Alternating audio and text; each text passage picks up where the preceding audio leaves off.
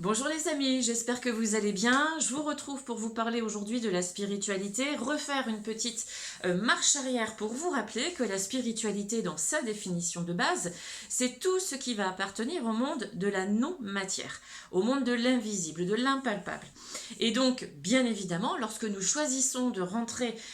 dans cette partie invisible, nous allons, quoi qu'il arrive, passer par la case connaissance. La spiritualité nous tourne vers une autre connaissance, une connaissance qui nous est originelle, mais qui dort depuis quelques années, depuis que nous sommes bébés, et qui est réveillée uniquement si nous en faisons le choix. Si nous faisons le choix de réveiller notre spiritualité, de la laisser s'incarner, eh bien, nous allons découvrir toutes ces nouvelles connaissances. Et depuis 2012, sur le plan plus cosmique, et même un peu par rapport aux prémices, eh bien, nous sommes rentrés dans l'ère spirituelle, et l'ère spirituelle va donc nous demander de comprendre les mondes invisibles. Voilà pourquoi, dans toutes les techniques New Age, nous avons aussi beaucoup de personnes qui s'engouffrent dans la médiumité, tout le côté paranormal, qui est juste, puisque c'est existant, tout cela, bien sûr, ce sont les outils qui nous permettent de découvrir le monde invisible, mais je vous invite surtout à le découvrir par vous-même et de vous rendre compte que la médiumité, tout ce que vous pouvez ressentir à l'intérieur de vous dans le vécu intérieur, par le côté énergétique qui va passer d'abord dans le corps, avec le corps physique, les chakras et nos corps auriques, eh bien ça va être sur la polarité énergétique, et puis plus vous allez rentrer dans l'émotion, les émotions que votre âme a choisi de nettoyer, donc de se débarrasser définitivement dans cette incarnation terrestre, mais plus vous allez rentrer sur la polarité vibratoire. Et cette polarité vibratoire va bien sûr laisser l'esprit venir à nous, prendre sa place, puisque l'esprit c'est l'intuition spirituelle, je vous le rappelle. Donc nous allons nous donner cette opportunité de le vivre profondément en nous, et donc laisser la place au monde spirituel de s'incarner enfin, plutôt que de dire non je ne veux pas, ou j'ai pas envie de me regarder à l'intérieur, bien sûr, de me remettre en question, dire oui je sais qu'il y a quelque chose, mais oui enfin bon ça je n'y crois pas, parce qu'alors la facilité c'est de dire je n'y crois pas. Rappelez-vous que la spiritualité ce n'est pas une croyance. La spiritualité du monde des religions est une croyance. La spiritualité du libre penseur et de l'être souverain que nous sommes le vit comme une vivance. Voyez la différence? Quand je crois, j'imagine qu'il y a quelque chose en lequel, donc extérieur, en lequel je dois croire en fait, ou m'accrocher pour avoir quelque chose. Lorsque vous vous dites simplement que la liberté, la souveraineté, cette vie spirituelle, je peux choisir, c'est moi qui en fais le choix, d'aller la vivre, donc de rentrer dans la vivance, là c'est différent, parce que la vivance, elle va plus venir de l'extérieur. Elle est là, elle est à l'intérieur de vous. Et du coup, les yeux physiques et les oreilles physiques de nos cinq sens qui se mettent en exergue uniquement en croyance, ils vont se transformer et même aller jusqu'à la transmutation intérieure, où nous allons rentrer avec, au fur et à mesure, la vision du cœur avec les yeux du cœur et l'audition par les oreilles du cœur. Et là, c'est différent, parce qu'on n'est plus sur ce que j'entends de manière physique, matérialisée, on est sur ce que j'entends, ou ce que je vois, de manière plus subtile, plus vibratoire, et qui au fond de moi me permet de savoir ce qui est vraiment bon. Et je sais que vous le savez, parce que beaucoup de personnes me disent je fais ça, j'ai fait ça, alors qu'au fond de moi je savais que j'aurais dû rester de côté, ou que j'aurais dû faire différemment. J'ai dit oui alors que je voulais dire non, je vous le dis souvent, ou j'ai dit non alors que je voulais dire oui. C'est ça. C'est ça, à partir du moment où vous laissez cette éthique et cette écologie intérieure, je dis oui, c'est oui, je dis non, c'est non, se placer en douceur et en fermeté, plus vous saurez vous placer, donc dire non à une personne ou dire oui, parce que c'est ce qui vous permet de vous maintenir en équilibre, en harmonie en vous. Votre éthique est respectée et votre écologie peut vous permettre de continuer à grandir à l'intérieur de vous. Si vous vous bloquez, entre guillemets, sur cette écologie intérieure, c'est comme tout arbre qui va se retrouver déraciné, il va arrêter sa pousse. Donc, c'est vraiment un choix de se dire que la spiritualité, c'est le monde invisible, que c'est une vivance et non pas une croyance. Et je rappelle aussi que quand je parle des religions, je n'ai rien contre les religions. J'ai juste à dire que les religions ont fait un dogme de la spiritualité et ont forgé une forme de croyance où l'être humain est un pécheur, il doit en permanence pas assouvir, mais confesser ses péchés et être dans le pardon. Ce qui fait que ça fait toujours tourner l'être humain dans un espèce de samsara, donc c'est un petit peu le karma. Il le répète en permanence, hein, je dois faire les choses correctement, si je ne les fais pas correctement, je vais me confesser et je demande pardon. Alors qu'en fait, la réalité de la vie, c'est vraiment d'être dans la libre pensée, de savoir que toutes les émotions, nous allons les vivre, d'accord? Et que lorsque nous allons vivre nos émotions, lorsque nous allons penser faire quelque chose de mal, parce que qu'est-ce que le bien, qu'est-ce que le mal? Lorsque nous avons nos émotions à vivre,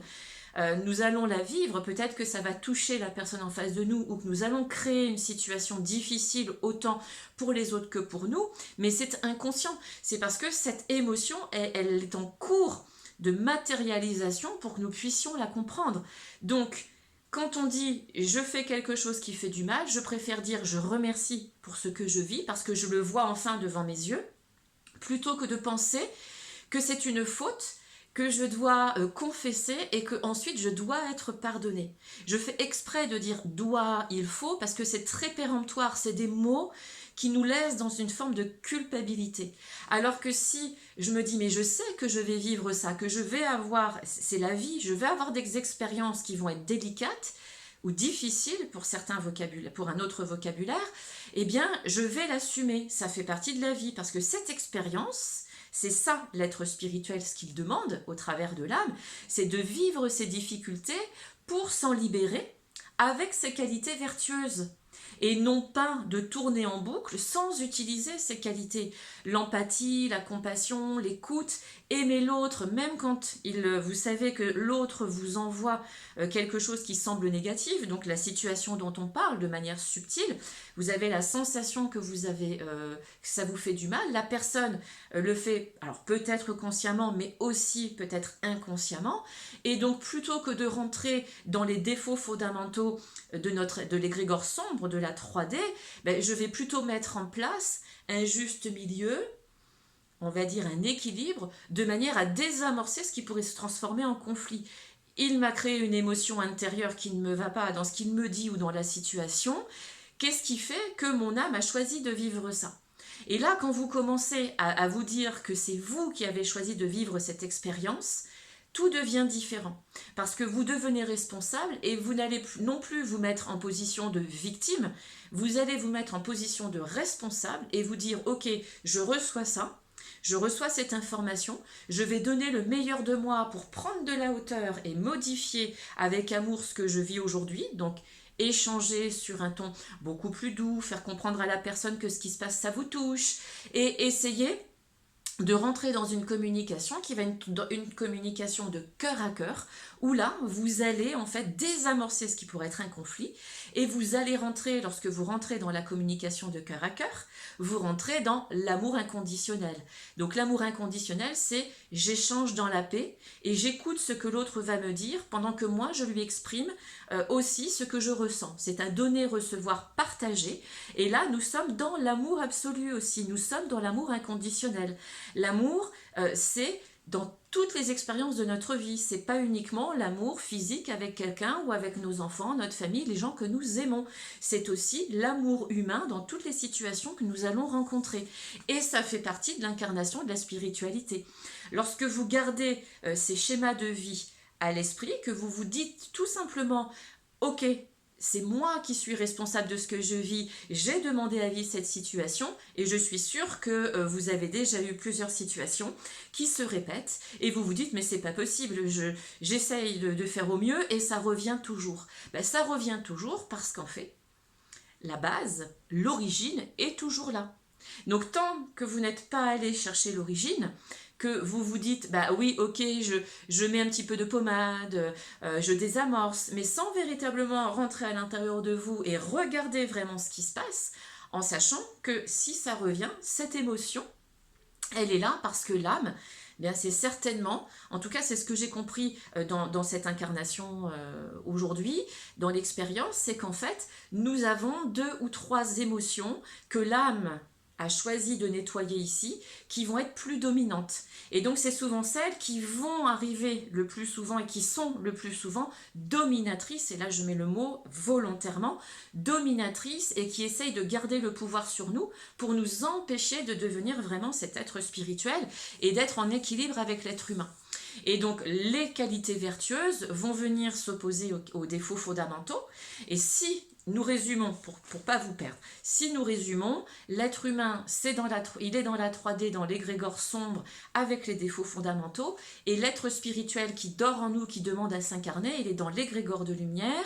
avec ses qualités vertueuses, et il est bien sûr en vibration de la 5D. Ce qui veut dire que l'être spirituel n'est pas physique, mais vibration, et que l'être humain, il est physique et dans la matérialité. Et ce qui va permettre de le dissocier et donc que nous puissions trouver cet équilibre dans ce que nous disions tout de suite, regarder à l'intérieur de soi, s'aimer, regarder comment on peut se transformer à l'intérieur, c'est l'âme. Parce que l'âme a choisi certaines émotions plus que d'autres, et que lorsque nous savons que c'est nous qui l'avons choisi, même si nous ne nous en rappelons pas du tout, eh bien tout va être beaucoup plus facile, parce que tout ce que vous allez vivre dans votre quotidien de vie, même si ici vous dites j'ai mal dans mon cœur, je suis triste, ça me fait mal, ou ça m'énerve, je comprends pas, et je fais les choses et j'y arrive pas, mais dites-vous tout simplement que vous avez juste à vous élever, à prendre de la hauteur, parce que quand il y a une reproduction, c'est que le message qui est envoyé de la part de votre âme sur cette émotion, il a encore besoin d'être compris. D'où la nécessité de rentrer dans la connaissance, dans cette nouvelle connaissance de vous. Voilà pourquoi aussi je vous ai posté le livre de Carl Gustav Jung, l'âme et la vie, qui parle profondément bien justement de la polarité de l'âme, qui va rentrer sur toutes les polarités, inconscient, conscient, la relation en nous-mêmes, aux autres, l'animus, anima, la persona, tout ce qui va se passer à l'intérieur de nous et tout ce que l'âme donc a à effectuer en tant que dissociation dans tout ce qu'elle vit. Elle va dissocier les expériences terrestres de l'être humain et dissocier l'intuition et tout ce qu'elle sent qui a besoin de venir en nous, en fait, et qui arrive en nous, de l'être spirituel. Et donc tout ça, c'est elle qui le met en place et qui essaye de nous dire, voilà, tu vois, il y a besoin que tu sois peut-être plus dans l'empathie, et là, regarde là ce défaut fondamental qui revient toujours, eh bien, mets la qualité vertueuse en route pour l'équilibrer. Et ça, mais il n'y a que vous en fait, ça se joue en nous, c'est nous avec nous-mêmes. On rentre dans cette fameuse dualité aussi, hein. Souvent ça va faire qu'on va avoir aussi une forme de déchirement intérieur, parce qu'on sait qu'on a besoin d'aller là, mais c'est très difficile d'y aller, et les anciennes habitudes ou les comportements habituels gardent leur place, et c'est très délicat de réussir à s'en séparer.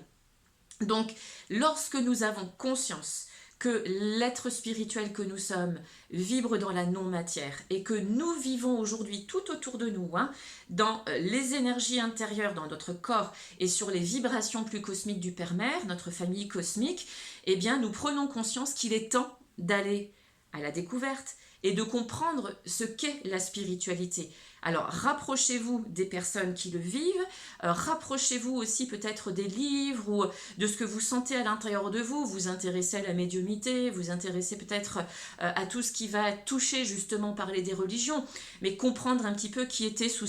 ces êtres dont les religions parlent, et les redescendre comme vous et moi aux êtres humains qui se sont incarnés et qui ont donc apporté leur être spirituel beaucoup plus tôt que nous, pour montrer l'exemple et dire un petit peu comment nous pouvions y arriver. Et s'il y en a bien un, et je vais m'arrêter sur lui ensuite, parce que je vous en parlerai de plus en plus très bientôt, s'il y en a bien un qui a porté cette magnifique parole, c'est Jésus-Christ Sananda, Emmanuel de son prénom dans son incarnation terrestre, puisque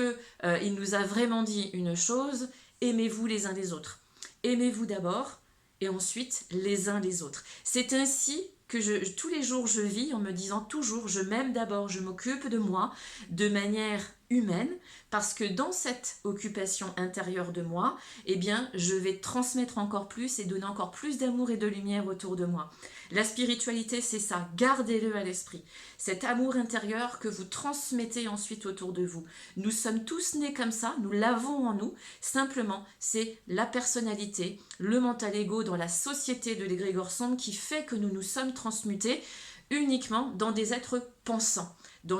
uniquement dans un raisonnement où on doit tout expliquer. Élevez-vous au-dessus de ça et rentrez dans la résonance de vos vibrations où tout ce qui ne s'explique pas, c'est parce que c'est vous qui avez la réponse intérieure. Parce que nous sommes 7 milliards d'êtres humains, tous uniques, et notre chemin et nos questions et les réponses sont toutes différentes, des uns pour les autres. Voilà. Je vous embrasse, je vous souhaite une très très belle journée ou une belle soirée. Prenez soin de vous et je vous dis à très très bientôt pour la prochaine vidéo. Bye bye les amis!